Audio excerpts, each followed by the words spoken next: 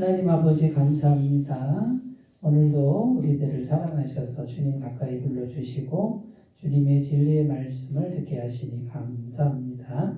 주의 성령님 우리 마음에 충만하게 임재 주셔서 모든 죄를 예수님의 보혈로 씻어주시고 맑은 영을 주셔서 하나님 말씀을 밝히 깨달아 알며 또 그 말씀 붙들고 승리할 수 있도록 인도하여 주옵소서. 예수님의 이름으로 기도드립니다. 아멘. 하나님 말씀은 출애굽기 30장 17절에서 21절 5절인데요. 우리 한 목소리로 같이 읽겠습니다. 시작. 여호와께서 모세에게 말씀하여 이르시되 너는 물두멍을 롯으로 만들고 그 받침도 롯으로 만들고 씻게 하되 그것을 회막과 제단 사이에 두고 그 속에 물을 담아라.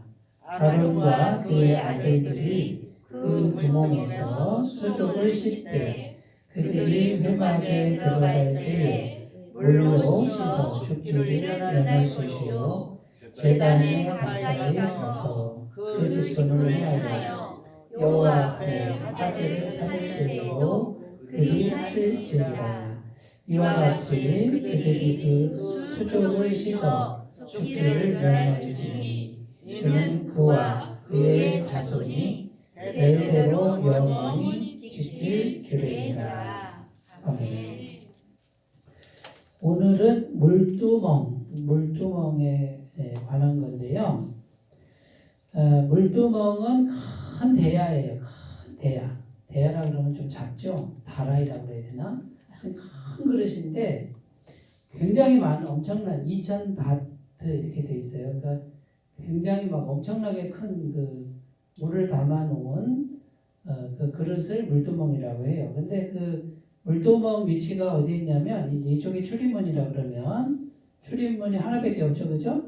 이게 동쪽이에요. 이게 쭉 들어오면 번제단이 있고 물두멍이 있고 그 다음에 성소 지성소 이렇게 건물이 있어요. 그러면 이제 요 한가운데 물두멍이 있는데 물을 담아놓은 이유는 뭐예요? 계속 닦으라는 거죠. 손발을 닦고 피 묻은 거 닦고 그 다음에 기구를 닦고 그런데 물이 많다 이게 물이 많아. 그러니까 그 물을 써도 어떻게 계속 영원히 나온다. 그러면 이 물은 지금 더러운 걸 닦는 거예요. 손과 발을 닦고 오물을 닦고 피를 닦고 이렇게 이제 말하자면 오늘날로 말하면 더러운 거를 회개하는 걸 말하는 거예요. 그러면 이제 구약 시대는 실물이 있었잖아요. 그럼 오늘날 물두멍은 뭐예요? 오늘날 물두멍. 오늘날은 실체가 없어되잖아요, 그죠? 그러니까 물두멍도 예수 그리스도를 의미한다. 그러니까 성막의 모든 게 다 예수님이에요. 근데 그 물두멍 안에 물도 예수님이고, 그죠? 그 물로 씻는 거잖아요. 그래서 이 번제단에서 말하자면 이제 피가 막 튄단 말이에요. 피가 튀고, 예? 여기서 이제 제물을 불살라 드렸잖아요. 그러면 굳이 이렇게 막 구분할 필요는 없지만 번제단에서 이제 목을 따가지고 짐승을 죽여서 태웠단 말이에요. 이거는 뭘 의미하냐면 구원받았다. 그리고 예수님 영접하고 구원받은 백성이 됐어요. 하나님께 이제 드린 백성이 됐는데 살다가 보면은 죄를 져요, 안 져요? 저요. 매일 죄를 짓잖아요. 근데 죄를 행동으로 지은 것뿐만 아니라 말로 지은 거, 생각으로 지은 거, 그죠? 내가 기억하는 거 말고 기억하지 못한 죄도 많아요. 그러니까 우리는 죄를 벗어날 수 없는데 어쨌든 생활 속에 짓는 죄를 씻는 데가 물두멍이다. 그러니까 회개하는 곳이다. 그거예요. 그러면 여기서 깨끗하게 씻고 제사장이 어디로 들어가냐면 성소 지성소로 들어가요. 하나님의 임재로 들어가요. 오늘 말씀에 보면 이 더러운 걸 씻지 않고 들어가면 죽는다. 이렇게 돼 있죠? 네. 20절에 보면 그들이 회막에 들어갈 때 물로 씻어 죽기를 면할 것이요 제단에 가까이 가서 그 직분을 행하여 여호와 앞에 화제를 살을 때에도 그리할지니라. 자, 그러니까 이제 우리가 하나님의 임재, 주님의 임재로 들어가는 조건이 뭐예요? 조건이 씻어야 된다. 씻어야 된다. 깨끗해져야 된다. 그러면 어떻게 씻죠 우리가? 옛날에 물로 이렇게 씻으면 되지만 신약은 뭘로 씻어요? 마음으로 믿음으로 씻는 거예요. 그러면 어떻게 하면 돼요? 네? 물이 지금 실제 물이 아니라 예수님이라고 했잖아요. 그러니까 예수님을 마음에 받아들여요. 이렇게 받아들이는 게 믿음이에요. 네? 그러니까 내가 한 건 없죠. 예수님이 다 해놓은 걸 내가 그냥 받으면 될 거다. 이게 믿음이에요. 그런데 다른 종교는 뭐예요? 마음에 받는 게 아니라 뭐예요? 내가 뭘 선행을 하고, 내가 뭘 헌금을 하고, 내가 뭘 봉사를 하고, 뭘 하면은 하나님이 너는 30점이야, 너는 50점이야, 너는 80점이야. 그러니까 30점한테는 30점의 복을 주고, 50점한테 50점의 복을 주고, 80점은 80점의 복을 주고, 이거는 예수님 믿는 게 아니다. 사회죠. 네? 사회죠. 사회. 그러니까 이제 바깥에. 네. 근데 교회 다니는 사람 중에도 이렇게 신앙생활 하는 사람이 많다. 의외로 많아요. 의외로. 그래서 복음을 제대로 이해하지 못하는 성도님들, 율법주의라고 그래요. 율법의 메인 성도님들이 많다 적다. 많다. 굉장히 많아요. 그래서 교회 다니면서도 있잖아요. 나는 60점인데 쟤는 30점이야. 이렇게 판단하고 점수를 매기는 분들이 굉장히 많습니다. 그런데요, 자 보세요. 행동으로 우리가 점수를 매기면 내가 30점이고 집사님이 지금 90점이라 그래도 똑같이 어떻게 해요? 누구를 모셔요? 예수님을 받아들이죠? 예수님 몇 점이셔요? 100점을 받아들이죠? 그러면 100점이 커요? 30점이 커요? 100점이 크니까 나는 몇 점이 된다? 100점이 된다. 90점 받은 분도 100점 이상 못 가는 게 100점이야. 그러니까 똑같아요? 안 똑같아요? 똑같죠? 그러니까 예수님 믿는 사람 안에서는 다 똑같다. 그런데 예수님을 안 믿는 사람 사고방식에는 뭐예요? 차이가 있다. 차이가 있는 걸 우리가 인정해야지. 세상 속에서 하니까. 느껴요. 예? 느껴져요. 보면. 네, 그러니까 이제 세상 속에 우리가 하나는 세상 속에 지금 살고 있잖아요. 예. 이제 구원받은 사람은 두 세계에 사는 거예요. 그러니까 우리가 세상 속에서 그렇게 이제 내가 30점밖에 안 돼. 세상 관점으로 보면. 그러면 받아들이면 돼요, 그냥. 그러나 나의 믿음은 뭐예요? 주님 안에서 나는 100점이다. 자, 그러면 주님이 나를 100점이라 하면 하나님 은혜가 있다, 없다? 있다. 그 은혜를 받아서 살면 부족함이 없다. 여호와는 나의 목자시니 내가 부족함이 없으리로다. 그러면 이 하나님의 은혜, 나를 100점이라고 하는 은혜를 내가 그냥 받아들이면 돼요. 그런데 이 30점짜리가 어떻게 생각하냐면 제가 30점인데 어찌 그것을 공짜로 받겠습니까? 되게 겸손한 것 같은데 되게 교만한 거예요. 주님이 그냥 주신다는데 아니에요. 30점짜리가 어떻게 100점을 그냥 받습니까? 내가 뭔가 한 게 있어야, 공로가 있어야 받죠? 맞아요, 틀려요? 그건 틀린 얘기라니까, 틀린 얘기. 그런데 교회를 나와서 복음을 알지 못하니까 어떻게 해요? 안 돼요. 30점짜리가 어떻게 100점짜리를 받을 수 있겠어요? 나를 100점이라 하지 마세요. 나는 30점으로 살래요. 세상에 안타까운 일이 이렇게 안타까운 일이 없어요. 그러니까 우리가 그래요. 세상에서는 능력제야. 어쩔 수 없어. 예? 잘하는 사람은 인정받고 그다음에 세상에서 잘하는 사람은 성공하고. 그거 어쩔 수 없어요. 근데 내가 잘하면 좋겠는데 잘하는 사람은 몇 프로나 돼요? 많아요. 20%예요. 20대 80 법칙 있잖아요. 네? 탁월한 사람은 5% 안에 들고. 그러면 80% 안에 내가 들 가능성이 많잖아. 그죠? 그럼 그거 인정해야지 어떻게. 열심히 노력해도 안 되는 거. 노력하지 말라는 게 아니에요. 열심히 노력해서 뭐 올라가면 좋죠. 세상에서도. 그러나 그렇게 올라가도 주님은 그거를 100점이라고 하지 않는다. 그러면 100점이 아니면 천국에 못 간다. 이게 이해가 되실려나 모르겠어. 아멘.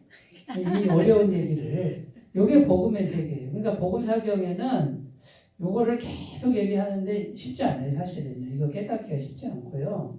그러면 이제 저 같은 사람은 어떻게 살아요? 저는요 20% 안에 들어가도 괜찮고요 80% 안에 들어가도 괜찮은 마음이에요. 그러니까 평안해 그냥. 근데 오히려 평안하니까 더 잘하게 돼. 그리고 뭐 누구한테 주눅 들지도 않고 비교의식이 들긴 드는데 그렇게 안 들어요. 그리고 잘하는 사람을 내가 인정해주고 칭찬해 줄 수 있는 마음의 여유가 생기는 이유가 이 여유는 내가 마음이 넓어서 생기는 게 아니라 누구 때문에 생기는 거예요? 나를 100점이라고 해주시는 주님을 믿는 믿음 때문에 생기는 거지. 그러니까 이 세상에서 내가 80% 안에 좀 처지더라도 주님은 나를 100점이라 하시고 주님의 영원하신 은혜는 지금도 계속되고 있다. 이 비밀스러운 은혜 그리고 실제로 현실적으로 받아 누리는 은혜가 있으니까 이 비밀을 나는 간직하고 있으니까 세상에 주님 없는 사람들이 막 열심히 아기다툼해가지고 이제 올라가려고 하는 것처럼 그렇게 살지는 않는다. 오히려 불쌍해 보여요. 안타까워 보여요. 네. 그냥 막 시간을 막 너무 자기를 혹사하는데 그 다음에 주위 사람들 돌아보지 않고 그렇게 이제 막 좀 낭비하는 것처럼 보이지. 본인은 좋죠. 본인은 뭐 성공하시니까 좋지만 올라가니까 좋지만 그 옆에 있는 분들은 힘들잖아요. 자기 때문에 힘들잖아. 그러니까 여러분 이런 것들을 잘 생각을 해야 돼요. 이렇게 얘기하면 내일부터 나 일 안 해. 이 뜻이 아니에요. 열심히 하세요. 최선을 다해야지만 너무 지나치게 하는 거는 저는 좀 바람직하지 않다고 봐요.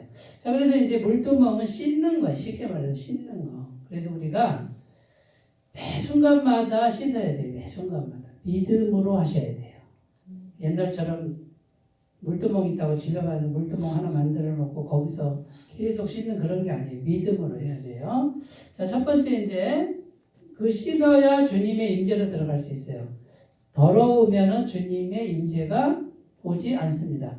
제가 강조하는 게 뭐예요? 주님의 영의 임재. 이게 비밀이에요. 어디에 와야 돼요? 마음에. 그래서 자기가 자기 마음을 들여다보고 주님의 성령의 임재가 내 마음에 있는가 없는가 자꾸 확인하셔야 돼요. 그리고 이거를 충만하게 하셔야 돼요. 자꾸 하시다 보면요, 어느 순간에 이렇게 이렇게 내가 왜 이렇게 마음 편안하지 하고 이게 충만한 걸 본인이 느껴요. 거기까지만 가시면 돼요. 그 다음부터는 성령님이 영이 하신다고 말이에요. 자, 그러면 이제 성도는 어떤 마음이라고 했으니까 마음을 가꿔야 되냐. 그 다음에 성도는 마음에 무엇을 품어야 되냐. 성도는 마음에 무엇을 의지해야 되냐. 이 세 가지 관점에서 생각하는데 첫 번째, 어떤 마음을 가꾸어야 되냐. 가만히 있으면 안 돼요. 가꾸어야 돼요. 자, 물두멍은 놋 물두멍 이렇게 되어 있어요. 근데 그 놋은 오늘 말씀에는 안 나오는데 뭘로 만드는 거냐면 그 당시 여인들의 거울. 오늘날 거울은 유리잖아요.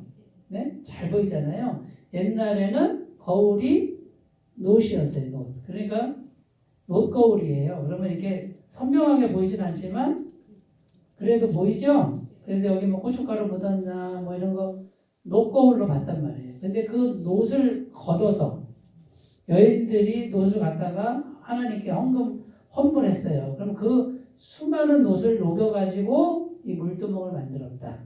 자, 그러면 이 물두멍의 의미는 뭐예요? 거울로 자기를 비춰보는 거예요. 그러면 더러운 게 묻었나 안 묻었나 비춰봐야죠? 옛날에는 얼굴을 비춰보았다 그러면 오늘날에 뭘 비춰봐야 돼요? 마음을 비춰봐야 되는데 누구 앞에서? 하나님 앞에서. 사람 앞에서가 아니에요. 그러니까 하나님 보시기에 내 마음에 뭐가 묻었지? 하고 이렇게 살펴보는 게 물두멍의 의미예요. 자, 그래서 이제 이 마음을 관리를 해야 돼. 뭐가 묻었으면 닦아야 되고 예쁘게 관리를 해야 되는데 사무엘상 16장 7절 하나님께서 사무엘에게 이르시되 그의 용모와 심장을 보지 말라. 내가 이미 그를 버렸노라. 내가 보는 것은 사람과 같지 아니하니 사람은 외모를 보거니와 나 여호와는 중심을 보느니라. 자, 그러면 그의 용모와 키를 보지 말라 할 때 그는 누구예요? 다윗이 막내죠? 다윗이 7명이라고 하는 사람이 있어요. 형제가 8명이라는 사람도 있는데 장남 이름이 엘리압이에요. 엘리압이 막 키도 크고 잘생겼대요. 진짜 남자답게 생겼는데 사무엘 선지자가 다윗 형제 중에 이제 차기 왕의 기름을 붓는 거예요. 근데 인간적 눈으로 봤을 때 엘리압이 키도 크고 잘생겼단 말이에요. 용사같이 생겼어요. 그래서 여기 이게 왕이 될 사람이구나 했는데 하나님이 사무엘 마음에 영으로 말씀하시죠. 그 용모와 심장을 보지 마라. 사람은 외모를 보지만 나 여호와는 뭘 본다? 중심을 본다. 그래서 막내 아들 그 자리에 없었는데 저기 들판에 양치기 소년이었던 다윗이 올 때까지 밥을 안 먹잖아요. 그래가지고 다윗이 왔는데 조그만 어린애가 왔어요. 그런데 하나님 뭐라 그래요? 이 사람이 왕이 될 사람이니 그에게 기름을 부어라. 그런데 사람 눈에 봤을 때는 작고 애기고 그죠? 아직 어린아이고. 그런데 하나님 뭘 보신다? 중심을 보시고 기름을 부었다. 자, 그러면 이제 보세요. 하나님이요, 우리의 힘과 우리의 덩치와 우리의 용맹과 능력이 필요할까요? 안 필요할까요? 안 필요해요, 하나님은. 네. 왜냐하면 하나님께 다 있어요, 능력이나 이런 거는. 그러면, 자, 보세요. 하나님 앞에 우리가 뭘 자랑해야 될까요? 자랑할 게 없어요, 사실은요. 이 땅에서 아무리 많이 가져도 아무리 높이 올라가도 하나님 그걸 본다, 안 본다? 안 본다. 뭘 본다? 마음을 본다, 마음. 그러니까 인간적 눈으로 봤을 때 아직 20살도 안 된 애를 놓고 왕이 될 사람이라고 기름을 하나님 붓잖아요. 자, 그러면 우리가 뭘 가꿔야 돼요? 마음을 가꿔야지, 하나님 앞에서. 그러면 겉에 건 안 가꿔도 될까요? 세상에서 사니까 우리가 세상에서 사니까 가꿔야지. 세상 외모도 가꿔야 되고 좀 이렇게 찍어 발라야 되고, 네? 그런 거는 기본 에티켓이잖아요. 그리고 세상에서 사니까 어떻게 해요? 세상에서 공부할 때 나도 공부하고, 그죠? 또 살 만큼 살아야 세상 사람들과 어울릴 거 아니에요. 그러나 그것이 하나님께는 꼭 필요한 게 아니다.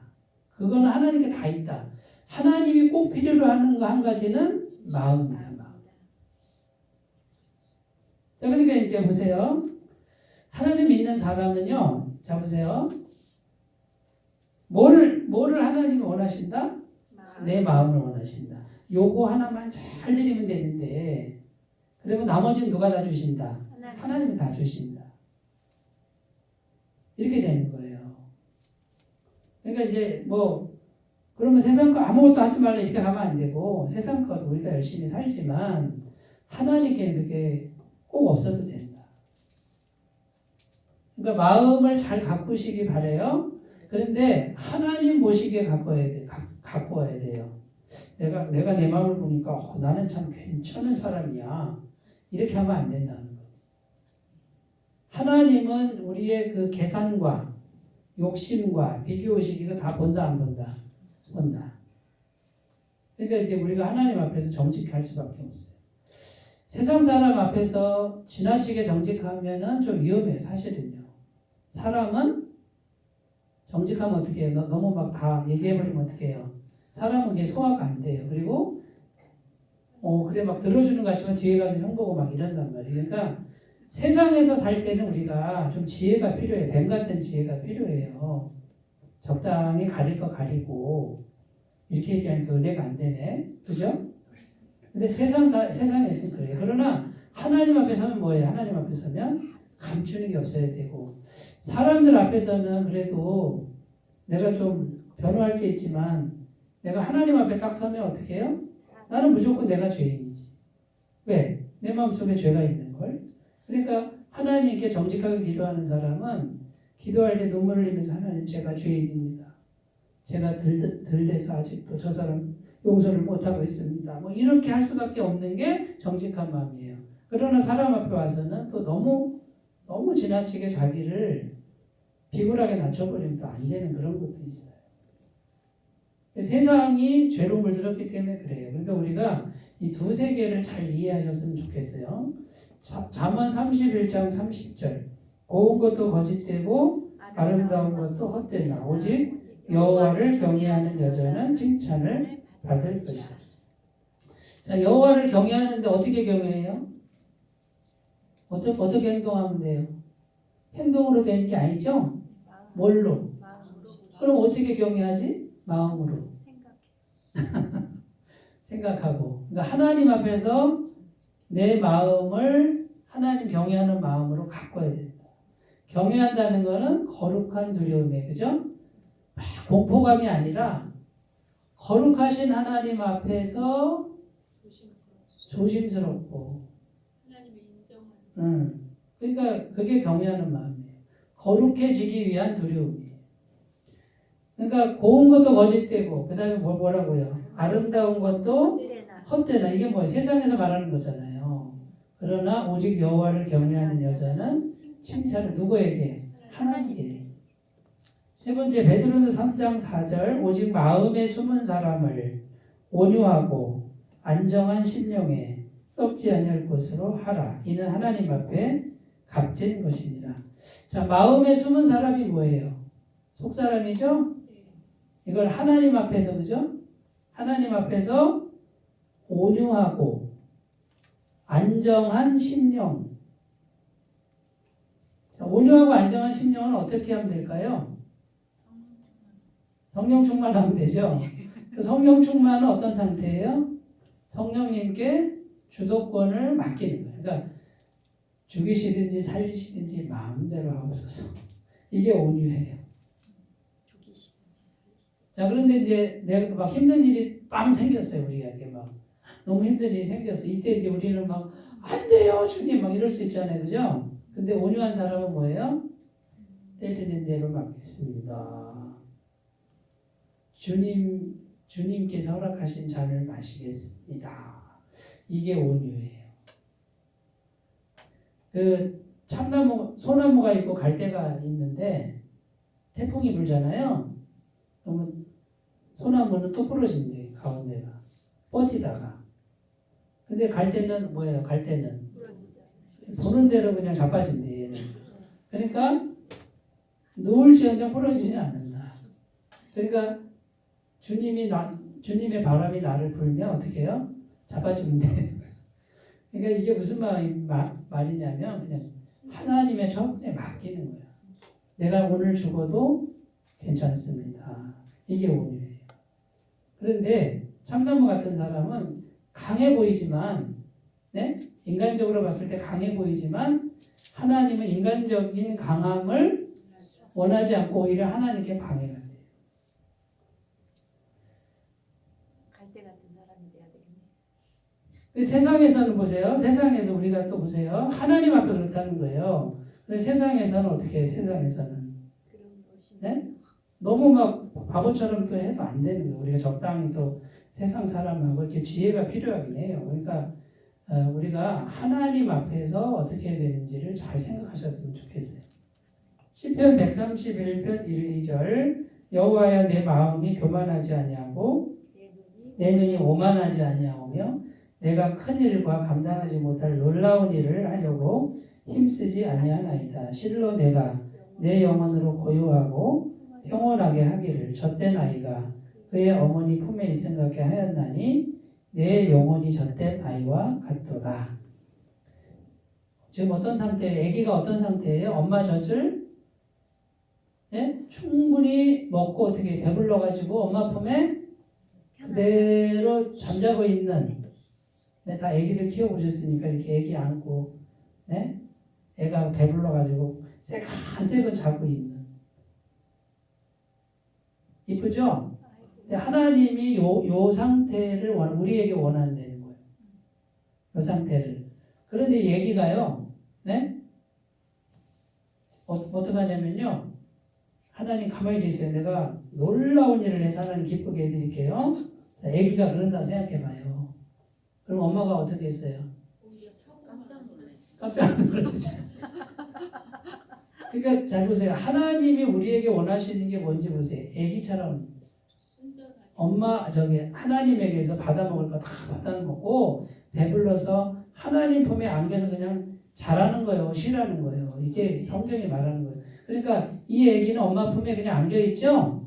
근데 막 열심히 뭔가를 막 큰일을 하는 사람은 어떤 상태예요? 하나님 가만히 계세요. 가만히 계세요. 내가 좀 열심히 해가지고 뭐 최선을 다해서 내가 뭔가 좀 보여드릴게요. 요게 성경적인 죄의 의미예요. 하나님과 단절돼서 내가 열심히 하려고 하는 게 이게 죄예요. 그런데 세상 사람들은 이거를 더 칭찬을 해. 잘 생각하셔야 돼요. 그런데 하나님을 전폭적으로 의지를 해서 하나님을 떠나지는 않고 있는데, 그런데 우리가 지혜가 필요하다고 그랬잖아요. 세상에서 그래도 또 열심히 하는 게 필요하긴 해요.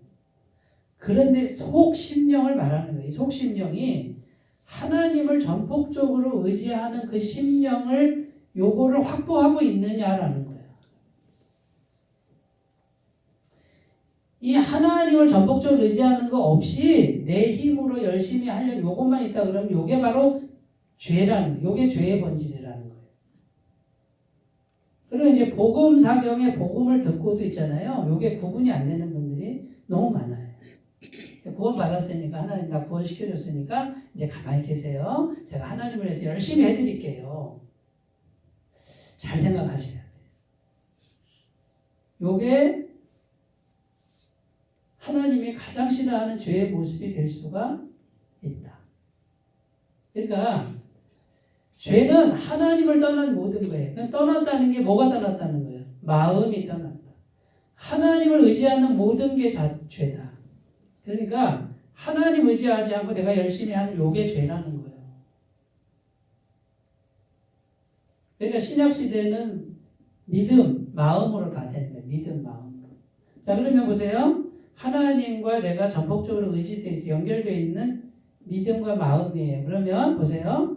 열심히 하나 안 하나 별 차이가 없어요. 또 이렇게 얘기하면 또 이해가 또 안 되실 분이 있을지도 몰라. 하나님과 연결되어 있으면 하나님이 하신다 그 말이에요. 하나님과 떨어져서 내가 열심히 하면 더 안 될 수가 있어요. 오히려 더 망가질 수가 있어요. 그러니까 조심하셔야 돼요. 그러니까 우리가 하나님과 연결된 세계와 이 세상 속의 세계를 잘 구분해야 되고, 이 세상에서 사람들이 하는 방식과 지금 내가 하나님 믿는 내가 하는 방식이 똑같다 그러면 뭔가는 달라야 된다. 뭐가 달라야 되냐면 중심이 달라야 된다. 중심을 잘 가꾸셔야 된다. 중심이 가꿔지지 않으면 이거는 망하는 길이다. 두 번째로 갑니다. 무엇을 품어야 될까? 자, 이 물두멍은요, 번제단과 하나님의 임재가 있는 성소 사이에 있잖아요. 그죠? 그러니까 구원받은 사람이 날마다 죄를 씻는 거예요. 회개하는 걸 의미해요. 그러니까 여기는 뭐예요? 회개를 날마다 해야 되는데, 자, 우리가 죄를 안 질 수는 없어요. 그러면 어떻게 날마다 씻느냐면, 의지해야 될 거는 딱 하나예요. 뭘 의지해야 돼요? 보혈이에요. 보혈. 예수님의 보혈. 그러니까 마음에 뭘 품어야 돼요? 보혈을 품어야 돼요. 예수님의 보혈을 계속 받아들여요. 자, 예수님의 보혈 한 방울이면 돼요. 그 보혈이 들어오면은 영원한 죄사함의 효력이 있다 없다? 있다. 이걸 믿는 거예요. 내가 뭘 하는 게 아니라 예수님의 영원한 보혈을 그냥 쑥 받아들이는 거예요. 이걸 믿음이라고 그래요. 그러니까 내가 아무것도 안 하고 뭐만 해야 돼? 받아만 들이는 게 믿음이에요. 그러니까 이렇게 얘기하니까 세상에 길들여진 사람, 열심히 살고 치열하게 살고 막 경쟁하고 사는 거기에 딱 이게 고착되어 있는 사람들은 그냥 받아들이기만 하려니까 이게 이해가 안 되는 거예요. 이게 이해가 되면 이제 복음으로 넘어온 건데 이게 이해가 안 되는 거예요. 그러니까 예수님이 다 해놓은 걸 그냥 받아만 들여라 이거예요. 왜? 내가 아무리 열심히 해도 된다 안 된다? 안 된다니까. 그렇게 얘기해도 또 어떻게 해요?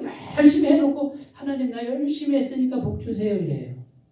아니라니까. 그걸로 복 받는 게 아니라니까. 그냥 예수님 보혈만 받아들이면 돼. 이걸 지속적으로 받아들이면 돼. 히브리서 9장 12절 염소와 송아지 필요하지 아니하고 오직 자기의 피로 영원한 속죄를 이루사 단번에 성소에 들어가셨느라. 여기 자기의 피, 자기가 누구예요? 예수님의 피로 영원한 속죄를 이루사. 자, 영원한 속죄는 속죄라는 뜻은 죄 값을 지불했다. 자기의 피, 예수님의 피로 영원한 죄 값을 지불했다. 영원히 죄 값을 지불해 놨다. 어디서? 십자가에서. 그러면 이 세상의 모든 죄, 과거의 죄, 현재의 죄, 지금 사람들이 막 죄를 짓고 있어요. 예? 지구의 종말이 언제까지 될지 모르지만 지구가 종말이 있을 때까지 앞으로도 아직 죄가 저지지 않았는데도 지금 막 앞으로 지을 죄 값까지 예수님이 영원히 지불해 놨다. 어디서? 십자가에서. 그럼 나는 뭐만 하면 된다? 예수님의 피를, 죄값 지불한 피를 받아만 드리면 내 죄도 다 없어졌다. 그러면 누가 오신다? 성령이 오신다. 하나님의 영이 오신다.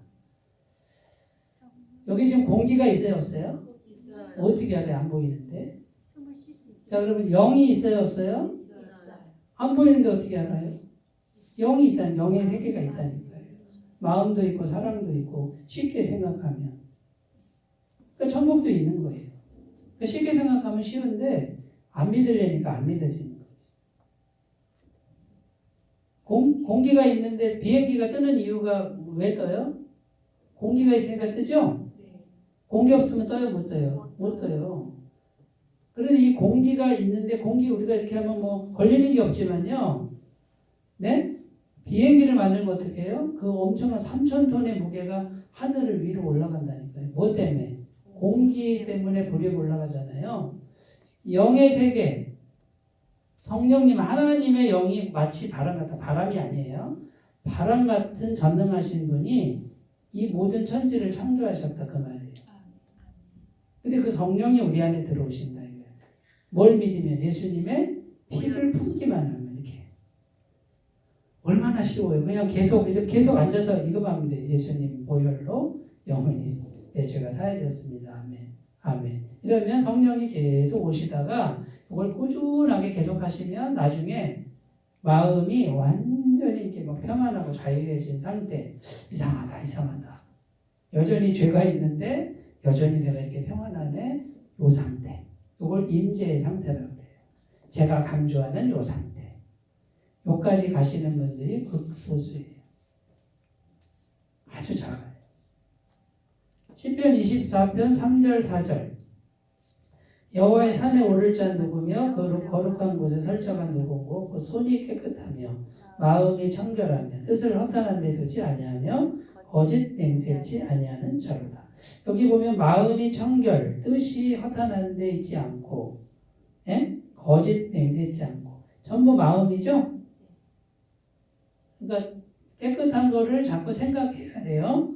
예수님 피를 생각하고 그 다음에 깨끗한 걸 품어야 되고 세 번째 거짓 맹세. 그러니까 거짓 맹세도 거짓말이잖아요. 그러니까 이제 거짓말을 품지 말고 진실을 품으라 그거예요. 그러니까 생각 속에 좋지 않은 걸 품으면 안 된다 그거예요. 세 번째는 시편 19편 7절 8절 여호와의 율법은 완전하여 영혼을 소성시키며 여호와의 증거는 확실하여 우둔한 자를 지혜롭게 하며 여호와의 교훈은 정직하여 마음을 기쁘게 하고 여호와의 계명은 순결하여 눈을 밝게 하시도다. 뭘 품으래요? 말씀을 품으래요. 여호와의 율법도 말씀이고요. 여호와의 증거도 말씀이고요. 여호와의 교훈도 말씀이고 여호와의 계명도 말씀이다. 그런데 말씀이 깨끗하다 계속 반복되잖아요. 그러니까 우리가 성경 말씀을 묵상하는 게 결국 나를 깨끗하게 한다. 그러니까 아침에 일어나시면 그냥 비전 큐티 그냥 쭉 읽어요. 그냥 그리고 10분 묵상 그냥 틀어놓고 말씀을 넣어요. 그러면 이게 깨끗한 게 들어오는 거예요. 내가 너희에게 일러준 말로 너희는 깨끗하여졌으니 예수님 그렇게 말씀하셨잖아요. 말씀보다 깨끗한 게 없어요. 말씀은 곧 하나님이시고 말씀이 곧 예수님이시니까 말씀을 넣으면은 100% 깨끗해진다.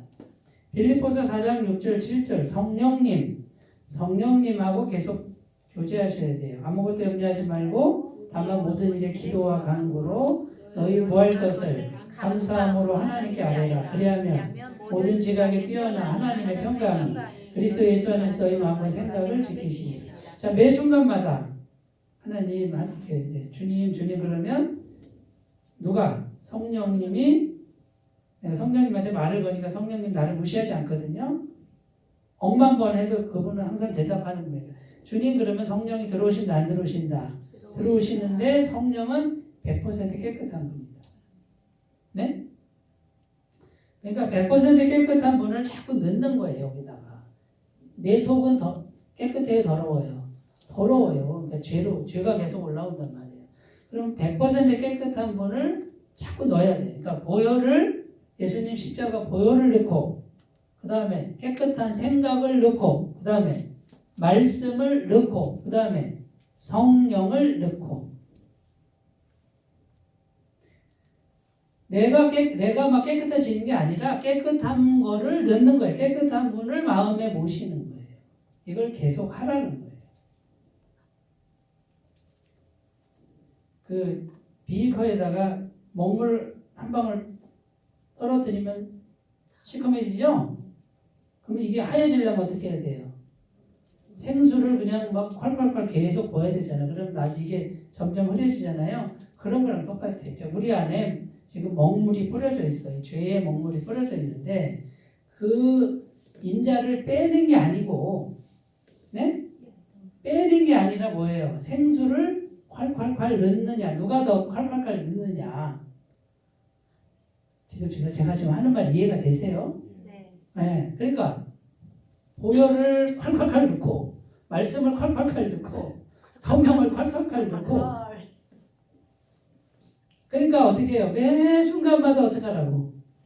말씀을 생각하고 매 순간 기도를 해서 주님 이렇게 해야 이 생수가 계속 들어올 거 아니에요. 그런데 그걸 가뭄에 콩나듯이 찔끔 넣고 하니까 여기서는 계속 먹물이 계속 올라오는데 그 영혼이 깨끗해지겠어요? 그러니까 들어오니까 성령의 임재, 주님의 임재로 못 들어가. 그러니까 성령의 임재 상태가 안 되니까 네? 구원은 받았을지 모르지만 성령의 역사가 나타나지 않는다. 삶 속에서 뭔가 이렇게 주님의 손길이 나타나지 않는다. 이해가 되셨으면 참 좋겠습니다. 이제 마지막입니다. 마음에 의지할 거. 내가 뭘 의지해야 되냐. 에베소서 1장 7절. 자 보세요. 뭐죠? 우리가 그리스도 안에서 그의 은혜의 풍성함을 따라 그의 피로 말미암아 구속 곧 죄사함을 받았으니 여기 그의 은혜의 풍성함 이렇게 돼 있죠?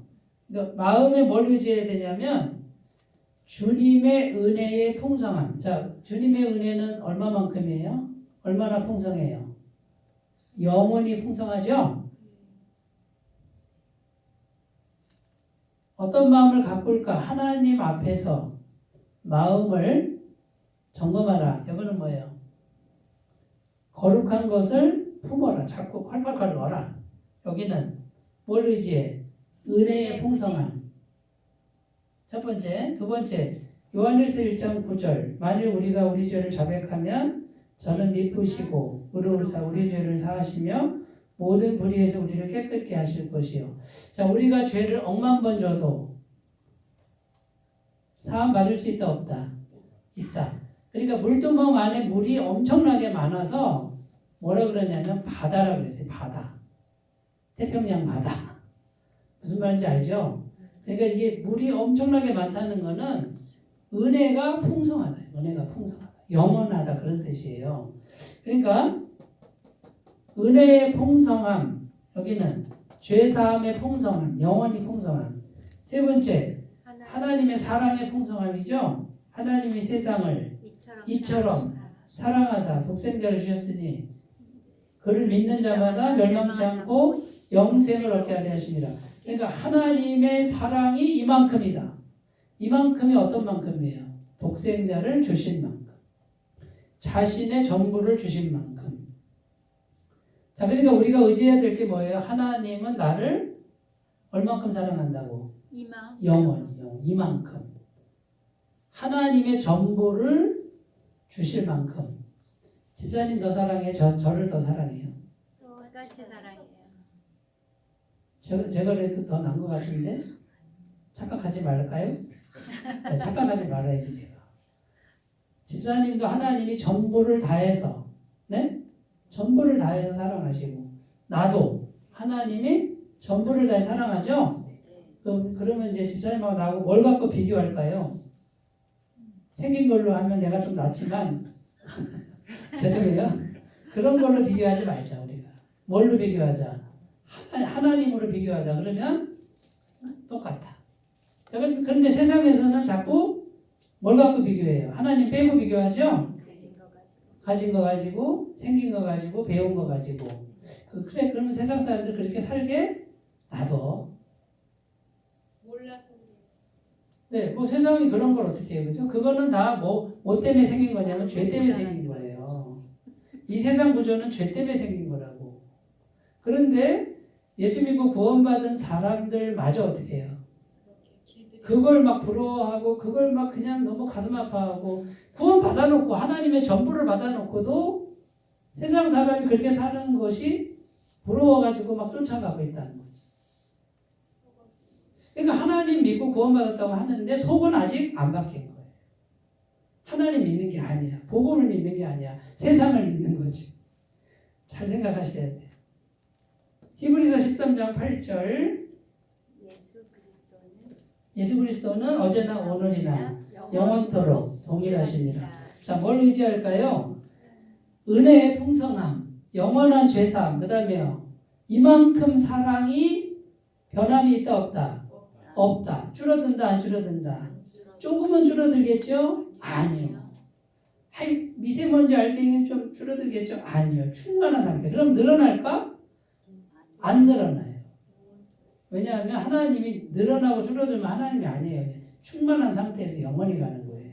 그러니까 지금 우리가 뭘 잘해서 하나님께 뭘 받는 게 아니라 완전하시고 영원하신 분을 그냥 이렇게 그냥 받아들이는 거예요. 이게 복음이에요. 이게 기독교예요. 그래서 이제는 나는 뭐예요? 예수님 믿었다 이 말은 뭐예요? 완전하시고 영원하신 분을 내가 믿음으로 받아들였다는 거예요.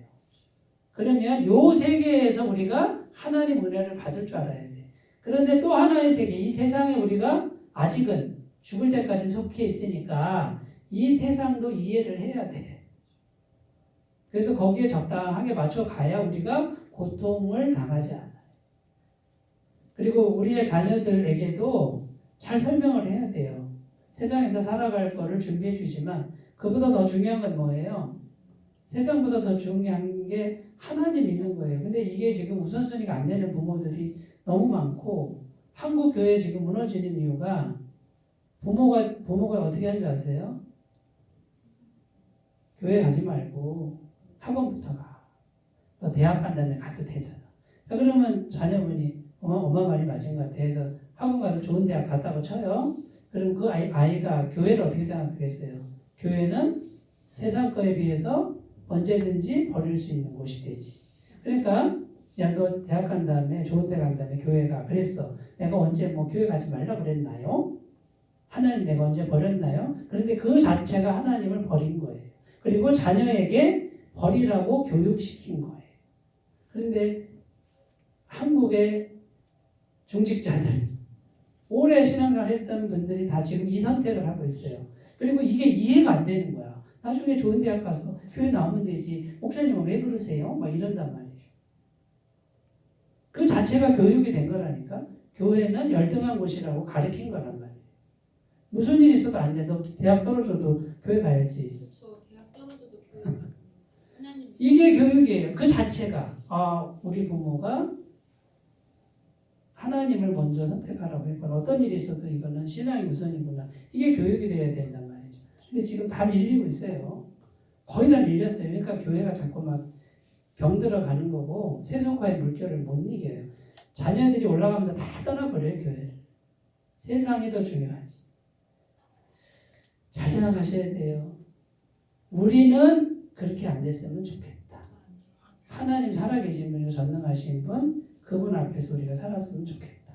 기도하겠습니다. 하나님 아버지, 오늘 물두명에 대해서 생각해 보았습니다. 그 풍성하신 은혜, 그 풍성한 사랑, 영원한 사랑을 가슴 깊이 간직하고 살아가도록 도와주옵소서. 예수님의 이름으로 기도드립니다. 아멘.